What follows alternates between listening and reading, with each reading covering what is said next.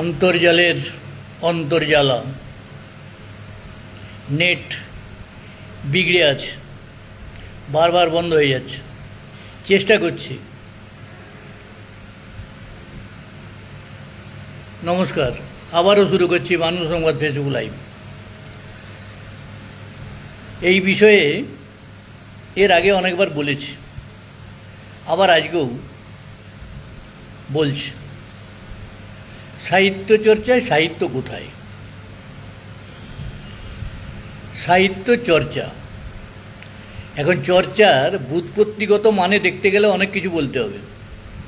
চর্চা মানে আমরা সাধারণত যা বুঝি তা হচ্ছে সাহিত্য বিষয়ে আলোচনা, শেখা, শেখানো, বোঝা, বোঝানো, বারবার সেটা নিয়ে আলোচনা করা, সমালোচনা করা, কোথায় ভুল ত্রুটি আছে সেটা দেখা, কোনো একটা বিষয়কে নিয়ে, সাহিত্যের কোনো বিষয়কে নিয়ে।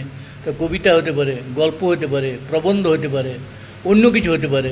ইদানিং এখন কবিতা, গল্প এসব হয়েছে, এগুলো নিয়ে হতে পারে। এটা যেখানে হবে সেখানে বোঝা যাবে যে সাহিত্য চর্চা হচ্ছে। আর আমরা কি দেখতে পাচ্ছি? আমরা আজকাল বিভিন্ন, আমি শুধু এই পুরুলিয়া শহরের কথা বলছি না, অধিকাংশ জায়গাতে এখন যেটুকু দেখা যাচ্ছে, সাহিত্যের অনুষ্ঠান মানেই হচ্ছে যেন একটা সেজে গুজে বেশ ড্রেস পেন্টিং করে যেয়ে বসলাম, বসার পর যথারীতি কেউ হয়তো বললো আমার একটা বই আজকে আত্মপ্রকাশ করবে, তাহলে বই যদি আত্মপ্রকাশ করলো তাহলে তো হয়ে গেল, আর বলার নেই। তার ঘাড়ে সব চেপে গেল। যে কজন যাবেন তাকে গামছা নিতে হবে, গলায় গামছা পরাবেন, আর সবাই এরকম একটি বই হাতে দাঁড়িয়ে যাবেন, বেশ কিছুজন।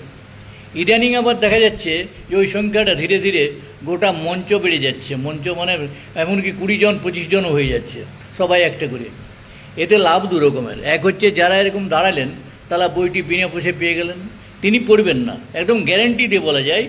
ওইখানে যারা দাঁড়ালেন তাদের মধ্যে 1-2 জন হয়তো পড়তে পারেন, অধিকাংশ লোক পড়বেন না। আজকে একজনের একটা সমালোচনা দেখলাম যে 7 দিন আগে বইটা পেয়েছিলাম, আমার পড়ার সময় হয়নি, এত ব্যস্ত, তিনি পড়ার সময় হয়নি। হতে পারে, ব্যস্ত থাকতেই পারেন।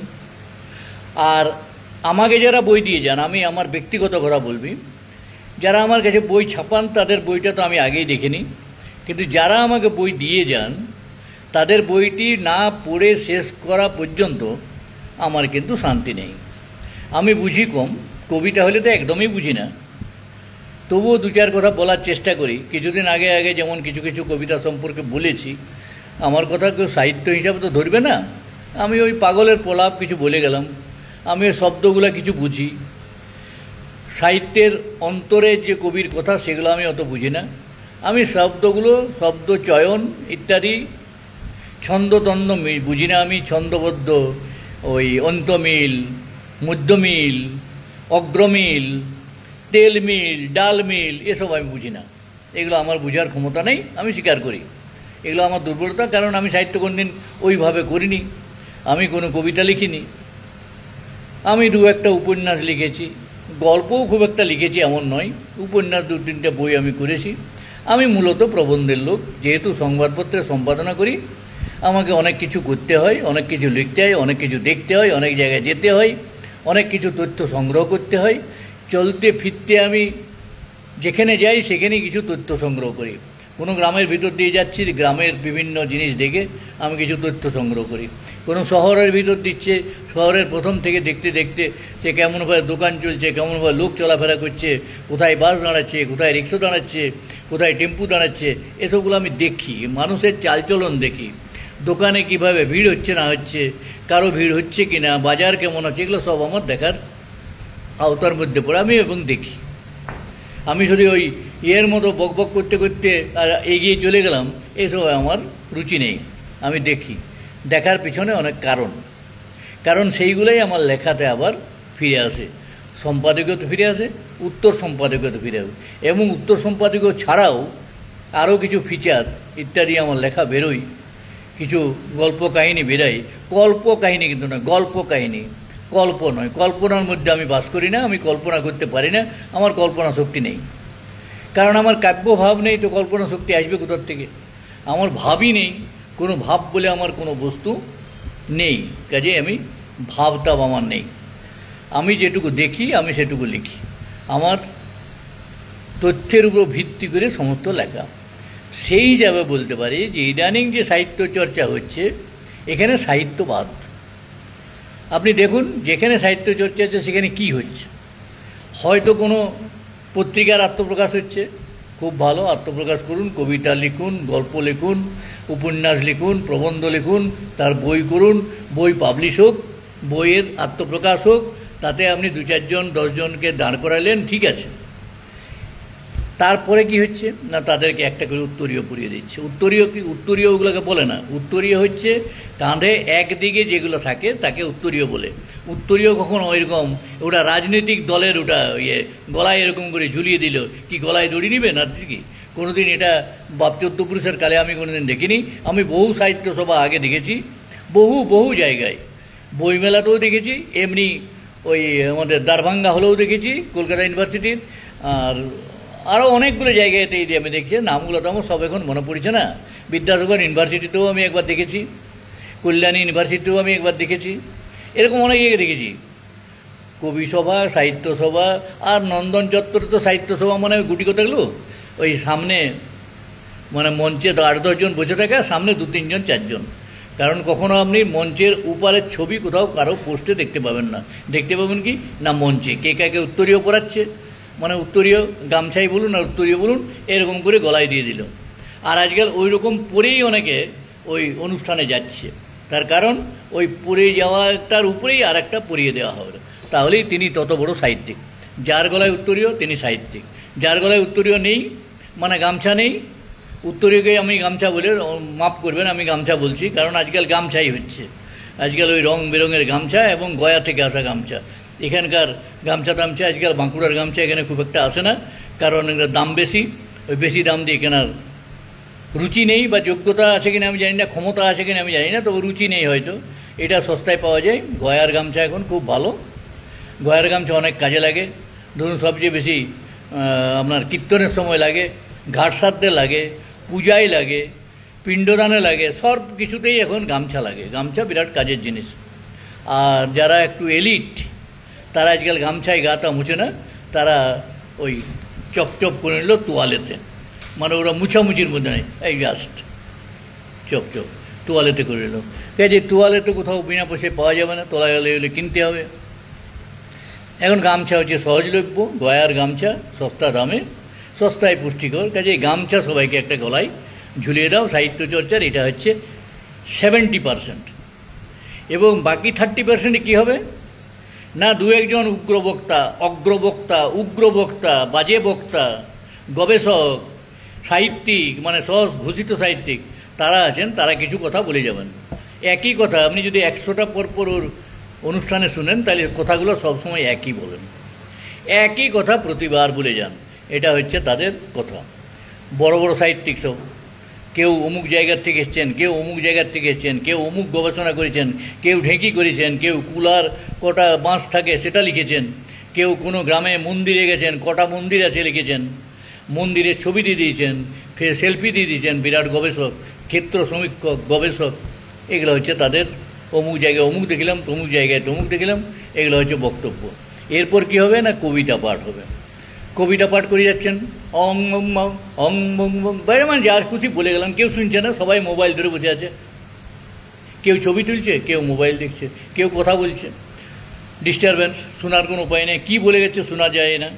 কাজেই কবিতা পাঠ করছেন, যে কেউ থাকছেন, তারপরে স্যার আমার একটু দরকার আছে আমি আসছি, উনি চলে গেলেন, তার কবিতা পাঠ হয়ে গেল, অন্যের কবিতা পাঠ শুনবার তার কোনো দরকার নেই, কারণ তিনি তো সাহিত্য চর্চা করতে যান নাই, তিনি গেছেন সাজগোজ করে, ঠিক আছে একটা কবিতা আমি পড়েছি, কোন কবিতা 10 বছর আগে হয়তো লিখেছেন, বা লেখেননি, অন্য কারো একটা কবিতা পাঠ করলে কে দেখছে, কার দেখছে, কে কারটা দেখছে, কবিতা আগেও লিখেছেন কিনা তাই জানি না, জানবেন কী করে, কারো তো জানার কোনো দরকার নেই, কারণ সেই কবিতা নিয়ে কোনো আলোচনা তো কোনো হচ্ছে না।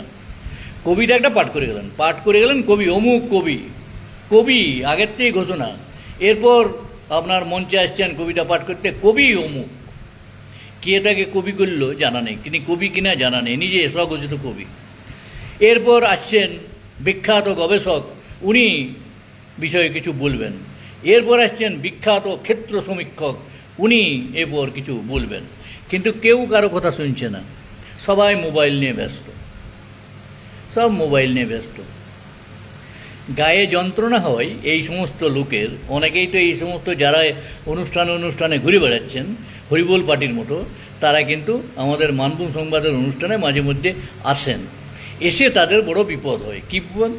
প্রথমত মোবাইল বন্ধ রাখতে হবে, দ্বিতীয়ত মোবাইল দেখা তো কোনো সুযোগ নাই, ছবি তোলা চলবে নাই, ছবি তুলবে আমাদের লোক, তোমাদেরকে দিয়ে দেওয়া হবে, ছবি তোলার কোনো জায়গা নেই, কোনো আওয়াজ আলোচনা কিছু করা যাবে না, ফোন সাইলেন্ট করতে হবে, যদি ফোন আসে বাইরে যেয়ে ফোন করতে হবে, কাজে এই সবগুলো। আর কবিতা পাঠ করে চলে যাব, এটার কোনো উপায় নেই। কবিতা পাঠ করতে গেলে কবিতা সম্পর্কে বলতে হবে, আর সবাই যেহেতু চুপচাপ পিন্ড অফ সাইলেন্ট, সবাইকে শুনতে বাধ্য, যার শোনার ইচ্ছা নেই গেট আউট, বেরিয়ে যাও, এই তো আমার ব্যবস্থা, তিনি বেরিয়ে যান, তার দরকার নেই। শোনার যদি ইচ্ছা না থাকে ঘর যান, চলে যান, এসছেন কেন, এসছিলেন বা সামনেটা দেখে নিলেন, চলে যান। আচ্ছা, প্রথমত হচ্ছে মঞ্চ নেই, এটা আর একটা সমস্যা, সভাপতি নেই, বরণ নেই, চন্দনের ফোঁটা নেই, ফুল নেই, গামছা নেই, ভীষণ অস্বস্তি। এটা আবার কী ধরনের কবিতা পাঠের আসর বা সাহিত্য আসর, কাজে অপছন্দ। কিন্তু যাদের পছন্দ তাদের কিন্তু খুব বেশি সমাবেশ। যেমন এইবারে বইমেলা হয়ে গেল, আমার হল একবারে ভর্তি প্রথম দিন, দ্বিতীয় দিনে কিছু লোক কম এসেছিল ঠিকই, কিন্তু প্রথম দিন তো টইটম্বু, পুরো লোক। বই টই বিক্রি হয়েছে, বই নাড়াচাড়া করেছে, আলোচনা হয়েছে, কবিতা পাঠ হয়েছে, ওই পাইকারি হারে কবিতা পাঠ হয়নি, 5 জন 7 জন 10 জনের কবিতা পাঠ হয়েছে, এবং সেগুলি নিয়ে আলোচনা হয়েছে, সামনাসামনি আলোচনা হয়েছে। আলোচনায় এমনকি যারা আলোচনা করেছেন তাদেরকে খারাপ কথাও শুনতে হয়েছে, এবং যাদের সম্পর্কে আলোচনা করেছেন, যাদের কবিতা নিয়ে আলোচনা, তাদেরকেও শুনতে হয়েছে যা তাদের দুর্বলতা কোথায়, এটা শুনতে হয়েছে। এগুলো সাধারণত কোথাও কেউ, তাই তো ওনাকে এরকম বলে দেবো, তাহলে উনি রেগে যাবেন। আরে রেগে তিনি যাবেন না, তার ভালো হবে, কিন্তু সেটা আমার বলা চলবে না, সেটা আমার বলা চলবে না। যদি আমি এরকম বলি তাহলে আমাকে ডাকবে না, এরকম আমার তো ওসব নেই, আমাকে কেউ ডাকলেও না ডাকলেও যাই না আমি, তারা আমাকে ডাকার কী আছে? আচ্ছা, কোনো গামছা পরি না, কোথাও ফুল পর্যন্ত লিই না, কোথায় আমাকে ডাকবে? আমাকে ডাকা না ডাকা সমান, ডেকে আমি স্পষ্ট কথা বলে দেবো, তাতেও অসুবিধা। স্পষ্ট কথা কেউ শুনতে চায় না, সব চায় ভজন, নতমস্ত করে ঘাড় এরকম করে কোনো নেতার পাশে বসে ভেজা বেড়ালের মতো হয়ে খালি তোষামুদি করব। এই তো আজকাল কবিতা সাহিত্যিক, কবি, গবেষক, প্রাবন্ধিক, এদের এটাই কাজ। এখানে কোনো সাহিত্য চর্চা নেই, কোথায় কীভাবে কাকে তেল মেরে পুরস্কার পাবো, বাস সেইটার ধান্দায় সব জায়গায় ঘুরে বেড়ায়, এবং তাদের অনুগ্রহ নিয়ে অনুষ্ঠান করব, টাকা পয়সা নিয়ে বিজ্ঞাপন নিয়ে অনুষ্ঠান করব, এই খালি ধান্দা। আমাদের সেসব তো ব্যাপার নেই, কাজে ডোন্ট কেয়ার কে কার, কে নেতা, কে ছাতা, আমার দেখারই নেই, কে মন্ত্রী, কে সবকে তো আমি তুই বলি বা তুমি বলি। এখানে যত নেতা পেতা আছে, নেতা ছাতা সবাইকে, তা নেতা ছাতারাও জানে যে এখানে পাত্তা পাওয়া যাবে না, কাজে নেতা ছাতারাও কোনোরকম আশাও করেনি যে আমি তাদেরকে ডাকবো, আশা করেনি। কাজেই সাহিত্য চর্চা যেখানে হবে সেখানেই বাগাড়ম্বর বাহ্যাড়ম্বরগুলো থাকবে না। তো যেখানে যেখানে এখন যেখানে অনুষ্ঠান হচ্ছে পাইকারি হারে, প্রতি ছুটির দিন, এমনি দিন, শুক্রবার, বুধবার, বৃহস্পতিবার চললো তো হরিবোল পার্টি চললো, যে কি দেখছে একটা করে গলায় গামছা। কবিতা পাঠ হচ্ছে, কেউ শুনে না, কি কবিতা জানে না, একই কবিতা কিনা তাও দেখে না, তাহলে কবিতা নিয়ে কোনো আলোচনা হচ্ছে না। গল্প হচ্ছে, গল্প নিয়ে কোনো আলোচনা নেই। আলোচনা সভা, একটা করে আলোচনা সভা, কিন্তু সেই আলোচনা সভাটা কি? সেই আলোচনা সভা কোন সাহিত্য নিয়ে? কোনো সাহিত্য নিয়ে আলোচনা সভা নয়, একই কথা বারবার, সব রিপিটেশন, একই রিপিটেশন, একই কথা ওখানেও যা এখানেও যা। তো তাহলে সাহিত্যকে এগিয়ে নিয়ে যাচ্ছে এই কথাটা কোনোভাবেই বলা যায় না। যদি সাহিত্যকে সত্যিকার এগিয়ে নিয়ে যাচ্ছে তাহলে কোয়ালিটির লেখা আসতো। লেখা কই, বই কই? বই যেগুলো হচ্ছে সেগুলো তো বেশিরভাগই বই না, বই করতে হয়, বই করছি, কিন্তু বইটা করে আমি কাকে পাঠ করাবো? লোকের পাঠ করার মতো বইটা থাকবে তবে পাঠ করবে। কেউ কাকে গুছিয়ে বই করে দিচ্ছে, কেউ কারো নিজের নামটা ছাপাবার জন্য বই করে দিচ্ছে অন্যের খরচে, কেউ কাকে অনুষ্ঠান করেছে নিজের বই পাবলিশ করার জন্যে। নানা রকম অনুষ্ঠান হচ্ছে, সবই আনুষ্ঠানিক, কিন্তু সাহিত্য চর্চাটা হচ্ছে না। সাহিত্য চর্চা করতে আদৌ এরা ইচ্ছুক নন। তার কারণ সাহিত্য চর্চা করলে তাদের ভিতরের যে জিনিস, যে সত্তা, সেটা বেরিয়ে আসবে। বেরিয়ে আসলে সেটা হাস্যকর, সেটা বেরিয়ে এলে কী থাকবে? কিছুই থাকবে না। কাজেই এখন যা হচ্ছে সেটা সবই হচ্ছে ওই সাহিত্য চর্চার নামে অখাদ্য, চর্বিত চর্বণ আর ওই পুরনো কাসুন্দি গাওয়া, এছাড়া কিছুই হচ্ছে না। তো এটা চলবে, চলতে থাকুক, অসুবিধা কোথায়? চলুক না, কি আছে, যায় আসে কি? আমরা ছবিটা ভালোই তো চলছে, খারাপ নয় কিছু। সাহিত্য চর্চা হোক, যত হবে তত ভালো, যত বই বেরোবে তত ভালো। কিন্তু ওই সাহিত্য চর্চা হচ্ছে, চর্চাটা বাদ দিয়ে সাহিত্য সভা হচ্ছে। সাহিত্য সভায় ভিড় হচ্ছে কজন? 30 জন, 40 জন, 50 জন। অন্যান্য যে কোনো জেলার থেকে পুরুলিয়া জেলাতে একটু বেশি ভিড় হয়, এটা ঘটনা, এটা মানতেই হবে। এখানে মানুষ কিছুটা অন্তত এইটার জন্যে। আর কিছু কিছু লোক আছে সাহিত্য চর্চায়, কেউ যায় খেলে গান করব, কেউ বলবে আমি আবৃত্তি করব, কেউ বলবে আমি নাচ করব। এগুলো সাহিত্য সভার অঙ্গ। তো নাচ, গান, আবৃত্তির জন্য আলাদা মঞ্চ আছে, তার জন্য সাংস্কৃতিক কর্মসূচি করার জন্য অনেকগুলো সংস্কৃতি সংস্থা আছে, সাংস্কৃতিক কর্মসূচি যারা করে। তো সেইখানে যেয়ে করো না বাবা। আবৃত্তি করার জন্য তো অনেক সংস্থা আছে, সেখানে যেয়ে করো। নাটক করার জন্য সংস্থা আছে, সেখানে যেয়ে করো। যাত্রা করার সংস্থা আছে, সেখানে যেয়ে করো।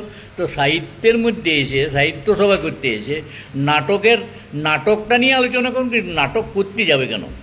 নাটকটি নিয়ে, নাটকটায় কী আছে সেটা নিয়ে আলোচনা করো, আলোচনা ভালো লাগবে। প্রবন্ধ নিয়ে আলোচনা করো, প্রবন্ধ কোনো একটা বিষয় নিয়ে, সেটা নিয়ে আলোচনা করো, ভালো লাগবে।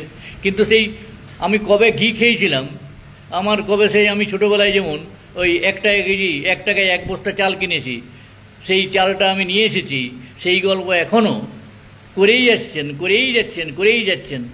মানুষ কতক্ষণ পছন্দ করবে?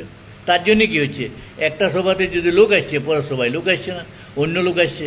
ওই হরিবোল পার্টি, ওই কিছু স্কুলের ছেলেমেয়েকে এনে অনুষ্ঠান করতে হচ্ছে, কিছু গান বাজনার লোককে এনে সাহিত্য সভা করতে হচ্ছে, গান বাজনার লোককে সাহিত্য সম্মান দেওয়া হচ্ছে। তার পিছনে লেনদেনের ব্যাপার আছে, লেনদেন করে হ্যাঁ আপনাকে সাহিত্য সম্মান না দিব, আপনি দেন 1,500, আপনাকে আহ্বায়ক করব, দেন 2,000, আপনাকে আরও কিছু করব, একটা মস্ত বড় আপনাকে দিয়ে দেবো, দেন 3,000, আপনাকে প্রধান অতিথি করব, দেন, আপনাকে বিশেষ অতিথি করব, দেন, আপনার নামে বই লিখে দেব, দেন, আপনি লেখা দেন, এত টাকা দেন। এই চলছে এখন সাহিত্য সভা। সাহিত্য সভার উদ্দেশ্য সাহিত্য চর্চা নয়, সাহিত্য সভার উদ্দেশ্য হচ্ছে ফাজলামি। সাহিত্য সভার উদ্দেশ্য হচ্ছে অধিকাংশ ক্ষেত্রে গামছা পরার অনুষ্ঠান। গামছাটাই মূল, গলায় গামছা চলবো আর বইটা এরকম করে ধরবো। সাহিত্য নিয়ে আলোচনা খুব কম। কবিতা পাঠ হচ্ছে, কবিতা পাঠটা কেউ শুনে না, ওই কবিতা পাঠের কোনো মূল্য নেই। কি হবে? নতুন কোনো সৃষ্টি হচ্ছে কিনা দেখার কোনো লোক নেই। কেউ যে ভেরিফাই করবে যে এই লেখাটা আগে শুনেছি কিনা কবিতাটা, তার কারণ তারা কোনো জায়গায় তো শুনেই নেই, কী করে করবে? আর আমি সেখানে বেমানান, তার কারণ আমি ওইগুলো শুনি, পরের বারে যখন ওইগুলাই বলে তখন আমি ধরে ফেলব। এটা হচ্ছে সবচেয়ে মুশকিল। কাজে আমাকে নিয়ে এই সাহিত্যিকরা, স্বঘোষিত সাহিত্যিকরা ভীষণ সমস্যায়। স্পষ্ট কথা বলা তো আমার স্বভাব, আমার জিনে স্পষ্ট ছাড়া আমি তোষামদি কথা কোনোদিন জীবনে বলিনি, বলবো না, যতদিন বেঁচে আছি বলবো না। আর কে কী আমার পিছনে কে কী বলছে, আই ডোন্ট কেয়ার। কারণ আমি একটা নিজেই সংস্থা করি, বসে আছি। আমি কারো সংস্থায় কখনো অধীনস্থ হয়ে কোথাও কিছু করিনি, আমি নিজেই সংস্থা চালাই। আর কেউ এলো তাও যা, কেউ এলো না তাও যা। আমি নতুন নতুন লোককে নিয়ে আসি, নতুন নতুন লোককে সামনে আনি। পুরনো যারা মনে করছে যে আমি গাছ হয়ে গেছি, তারা ভ্যারেন্ডা হয়ে সব চলে যাচ্ছে, ভ্যারেন্ডা গাছ। আর আমি একবারে মেহগনি তৈরি করতে চাই, মেহগনি গাছ করতে চাই। এবং অনেকগুলো মেহগনি গাছ তৈরি হয়েছে, যারা এইসব লাইনে আছে তারা সবাই জানেন। এবং সেই মেহগনি গাছ যারা হয়েছেন তারা নিজেরা স্বীকার করেন যে আমাদের প্রতিষ্ঠার সোপান মানব সংবাদ। আর যারা নিজের শিকড়কে অবজ্ঞা করেন, শিকড়কে মানেন না, তারা অন্য কথা বলবেন, বলতে দিন, আমার কি যায় আসে? আমি তো যেখানে আছি সেখানে, কারণ আমার সংস্থা আগে, ওই লোকগুলো তো আগে আসেনি, ওই লোকগুলোকে দেখে তো আমি সংস্থা করিনি। আমি সংস্থা করেছি আমার মতো করে, তাই আমি যেমনভাবে চাইবো আমি তেমনভাবে চালাবো। আমি কাউকে পরোয়া করে চালাবো না, কোনো দিন করিনি, আজকে কেন করতে যাব? কি দরকার? আমি নিজে পারি। আমার যতক্ষণ গায়ে শক্তি আছে ততক্ষণ আমি করে যাব, যখন শক্তি থাকবে না ছেড়ে দেবো। আমি ওই লোক দেখানো সাহিত্য সভা করতে আমি রাজি নই। এই জন্যে আমার সাহিত্য সভায় সিলেক্টেড লোক, আমার সাহিত্য সভায় বলার লোক সিলেক্টেড, কবিতা পাঠের লোক সিলেক্টেড, আবৃত্তি করতে হলে আবৃত্তির লোকও সিলেক্টেড, শ্রুতি নাটক করতে শ্রুতি নাটকের লোকও সিলেক্টেড, এবং তার বিষয়টা সিলেক্টেড। যে কোনো বিষয় যে কোনো জায়গায় করা হবে না, আর যে কোনো বিষয় করতে গেলে তার সমালোচনা শুনতে হবে, এটাও ঘটনা। এমনকি সমালোচনায় কিছুদিন আগে আমাদের ভালো যাত্রার এখানকার পুরুলিয়া জেলার মধ্যে সবচেয়ে বেশি নামী যাত্রা যারা করেন, আমি নাম করেই বলছি দিব্যেন্দু শেখরকে, তিনি আবৃত্তি মানে আমার চোখে খুব ছোট, আমার অত্যন্ত স্নেহভাজন, তার আবৃত্তিতে আমি অসন্তুষ্ট সেটা বলেই দিয়েছিলাম যে এই আবৃত্তিটা ভালো, মানে শ্রুতি নাটকটা ভালো হয়নি, আবৃত্তি নয় শ্রুতি নাটক ভালো হয়নি। আবার যেটাই তার ভালো লেগেছে যার, সেটাকে আমি ভালো বলেছি এবং সামনে বলেছি। দূরে ফুরে ওই পেছনে কাঠি করা আমার কাজ নয়, আমি যা বলবো সামনে বলবো। যদি তাতে কারো ভালো না লাগে জহন্নামে যাক, চলে যাক, আমার কি যায় আসে? আমার কি যায় আসে না, আমার তো কাউকে ধরে রাখতে হয়নি, কেউ কাউকে নিয়ে আমি শুরু করিনি, আমি শুরু করেছি আমাকে নিজেকে নিয়ে। তারপর আমার কাছে সবাই এসেছে, আসবে আসো না আসবে চলে যাও, কত এলো কত গেল, কি যায় আসে? নতুন নতুন লোক আসছে, নতুন নতুন লেখক আসছে, নতুন নতুন লেখা আসছে, চারদিক থেকে লেখার বন্যা, কোনটা ছাপবেন আর কোনটা বাদ দিবেন জায়গা নাই, কি করবেন? তার মধ্যেই ছাপতে হচ্ছে, তার মধ্যেই দেখতে হচ্ছে, কি করবেন? চলুক এভাবেই সাহিত্য যেমন চলছে, সাহিত্য চলুক, সংবাদপত্র চলুক, আমার যেমন ইচ্ছা আমি তেমন চালাবো।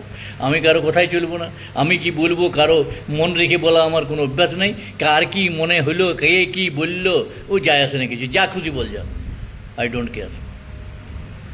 ওই এ কথা ঘুরিয়ে অন্যদিকে নিয়ে যাব, এই করব ওই করব, ওগুলা যার স্বভাব তারা করবেই। স্বভাব যায় না মূলে বলে কথা আছে না, স্বভাব যায় না। আর আমি ওটাতে বিশ্বাস, ওরা যা খুশি বলে বলুক, ওদের কথায় কী আসে যায়, ওরা তো বলবেই, ওদের তো বলাই কাজ, ওইটাই তো পুঁজি ওদের তো কাজের কাজ কিছু নেই। যার কোনো কাজ নেই সেই লোকের পিছনে বলে, আর যার কাজ আছে সে ঠিক কথাটি বলে, শুধরাবার জন্যে বলে, শুধরাবার জন্যে, রাস্তা দেখানোর জন্যে বলে যে ঠিক আছে এইগুলোই ভুল হচ্ছে, এইটার থেকে পথ পাল্টাও, পাল্টে ঠিক জায়গায় এসো, কারেক্ট পথে চলো। সাহিত্য চর্চা করতে এসছো, সাহিত্য চর্চাটা করো। এই লোক দেখানি গামছা পরা এইসবগুলো ছাড়ো। ওই গলায় গামছা পরে আর আমি সাহিত্যিক, আর গলায় গামছা যিনি পরেন না তিনি সাহিত্যিক নন, এইগুলো ছাড়তে হবে, তবে সাহিত্য করা যায়। সাহিত্য হচ্ছে চর্চার বিষয়, সাহিত্য শুধু পাঠের বিষয় নয়। আমি একটা কবিতা পাঠ করলে সাহিত্য চর্চা হয়ে গেল, ভুল ধারণা। আমি একটা বই ছাপলে আমি একটা বিরাট হনু হয়ে গেলাম, ভুল ধারণা। বই আপনি ছেপেছেন, সেই বইয়ের আপনার পাঠক আছে কিনা দেখুন, সত্যিকারের পাঠক, গ্রাহক দরকার নেই আপনার। যদি দুটা গ্রাহক, আপনি দুটা পাঠক পান, আপনার জীবন মানে হয়ে গেল, সম্পূর্ণ হয়ে গেল। আর যদি আপনি 1 লক্ষ গ্রাহক পান, আপনার জীবনে কোনো কাজ হবে না, সেগুলো গ্রাহকের কোনো দরকার নেই। ওই সবাইকে একটা করে বই দিয়ে দিলাম, বইয়ের প্রতি তার কোনো আগ্রহ নেই, বইটা বিনা পয়সায় পেলো, নিয়ে চলে গেল ঘরে, যে এখানে ফেলে রেখে দিল, পড়বে তো না, পড়ার জন্য তো লাই না, কারণ পড়ার জন্য তার আগ্রহ থাকতে হচ্ছে। ঠিক আছে ভাই, তো আপনার বইটার 100 টাকা দাম, আমি ভাই 60 টাকা 70 টাকা দিতে পারবো, দেখুন দিবেন কিনা। যার পড়ার আগ্রহ থাকে, পয়সা তো সবার একবারে সচ্ছল সবাই এমন তো নয়, পয়সা করে সবাই করতে পারবে এমন তো নয়, কিন্তু কিছু লোক তো করে, তারা কিন্তু বই কেনে, বহু বই কেনে। আমার তো অনলাইনে সুন্দর বই বিক্রি হচ্ছে, ভালো বই বিক্রি হচ্ছে, আবার রিসোর্টে রাখা আছে সেখান থেকেও বই বিক্রি হচ্ছে। এই তো গতকালই একজন ফোন করেছিল, একটা আমার ওই কাহিনী বইটা নিয়ে বলছে আমি সিনেমা করতে চাই, আপনার কোনো আপত্তি আছে কি না, আপনাকে ফর্ম পাঠাবো, কন্ট্রাক্ট ফর্ম। বলে পাঠাতে পারেন। ইয়ার কি করলো না সত্যি বলছে, আমার তো কোনো ভেরিফাই করার উপায় নেই। আর বেশিরভাগ বলতে কি, আমি কলকাতার কোনো লোককে খুব একটা পছন্দ করি না, বিশ্বাসও করি না। এই কলকাতার লোকের কথাবার্তার কোনো ভ্যালু আমার কাছে নেই, কারণ এরা নিজেদের স্বার্থ ছাড়া কিছু জানে না, ওরা নিজেদেরটা বুঝে। ওই আজকে যেমন আপনি ধরুন না, যদি সাহিত্য কোথায় বলেন, সরকারি সাহিত্য পরিষেবা, সরকারি সাহিত্য চর্চার কী হাল আজকে সাহিত্য একাডেমি আর কবিতা একাডেমি নিয়ে এত আলোচনা কেন হচ্ছে, তার কারণ কী হচ্ছে? আচ্ছা, সাহিত্য একাডেমি থাকার পর একটা কবিতা একাডেমি একজনকে, যেহেতু বামফ্রন্ট থেকে ছেড়ে সে এসেছে তৃণমূলে, তার জন্য একটা কবিতা একাডেমি করতে হবে, তাকে চেয়ারম্যান করতে হবে। 14 বছর 12 বছর 14 বছর ধরে একাই চেয়ারম্যান রয়ে গেছে। কারণটা কি? কবিতা কি সাহিত্যের বাইরে? নাট্য সংস্থা আছে, নাটক কি সাহিত্যের বাইরে? তাহলে সাহিত্য একাডেমির ছাতার তলে কেন হলো না এটা? তার কারণ কি না, রাজনীতিতে সে যখন এসেছে আমার হয়ে খাটবে, আমার ভজন করবে, কাজে তাকে একটা পদ দাও, তাকে কিছু সুবিধা সুযোগ দাও, তাকে কিছু টাকা পয়সা দাও, তাকে কিছু পাইয়ে দাও, তার কিছু ক্ষমতা দাও। কিছু সাহিত্যিক, নামের সাহিত্যিক, মানে সাহিত্যিক এগুলোকে বলার মানে মহাপাপ আমার মনে হয়, সাহিত্যিক নয় এরা, কিছু নামের সাহিত্যিক, নামের কবি, নামের লেখককে এনে একটা জটলা করে কিছু টাকার লেনদেন করে প্রতি বছর খালি কামিয়ে যাচ্ছে। আজ তার জন্যে এত বদনাম, এত দুর্নীতির খবর আসছে কেন? টাকা পয়সাটা কেন? টাকা পয়সা তো আছেই, এত অ্যালটমেন্ট হয়েছে, এই টাকা যায় কোথায়? তার তো একটা হিসাব দরকার। এটা তো পাবলিক পোস্ট হওয়া দরকার ছিল, যে শ্বেতপত্র কবিতা একাডেমি, সাহিত্য একাডেমির এত টাকা সরকার থেকে পাওয়া গেছে, এত টাকা ইউনিয়ন গভর্নমেন্ট থেকে পাওয়া গেছে বা অন্য কোনো সংস্থার থেকে ডোনেশন পাওয়া গেছে, আর এই খাতে এত খরচা হলো। সেখানেও গোলমাল, সেখানে গোলমাল। আমি মনে করি এখানে একটি খেলার সংস্থা আছে, সেখানে একবার হিসাবপত্র করার জন্য আমাকে দায়িত্ব দেওয়া হয়েছিল, অনেক আগের কথা বলছি আমি। সেই হিসাবপত্র দেখতে যেয়ে দেখলাম যে একজন খরচ লিখেছে, উত্তরবঙ্গের শিলিগুড়ি ফুটবল ক্লাব নিয়ে যাওয়ার আসার জন্য খরচ 13,890 টাকা। বলি ঠিক আছে, 13,890 টাকা খরচাতে কোন কোন খাতে কী খরচা তার ভাউচার না, ওসব কিছু নাই, এইরকমই চলে আসে আমার। আরেকজন লিখছে একটা মামলা হয়েছে, মামলা গেছে কলকাতার, এই উকিল ওই উকিল অমুক তমুক করে, কলকাতায় মামলা ধরুন খরচ 33,690 টাকা, এরকম একটা ভাউচার, মানে ভাউচার কিছু না, একটা লিখে দিয়েছে, আর সেইটি একটা খাতায় লেখা আছে, এইটিকে আপনি অডিট করুন, বলে দেন হ্যাঁ ঠিক আছে। আমি সঙ্গে সঙ্গে লিখে দিলাম না, এটা কোনোটাই অ্যাকসেপ্ট করা যাবে না। তার ফল কি হলো?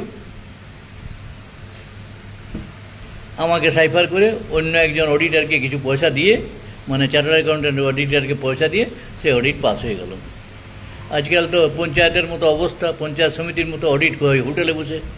অডিট কেউ করতে যায় না, হোটেলে বসে অডিট হয়ে যায়, কোটি কোটি টাকার অডিট হোটেলে বসে হয়ে গেল।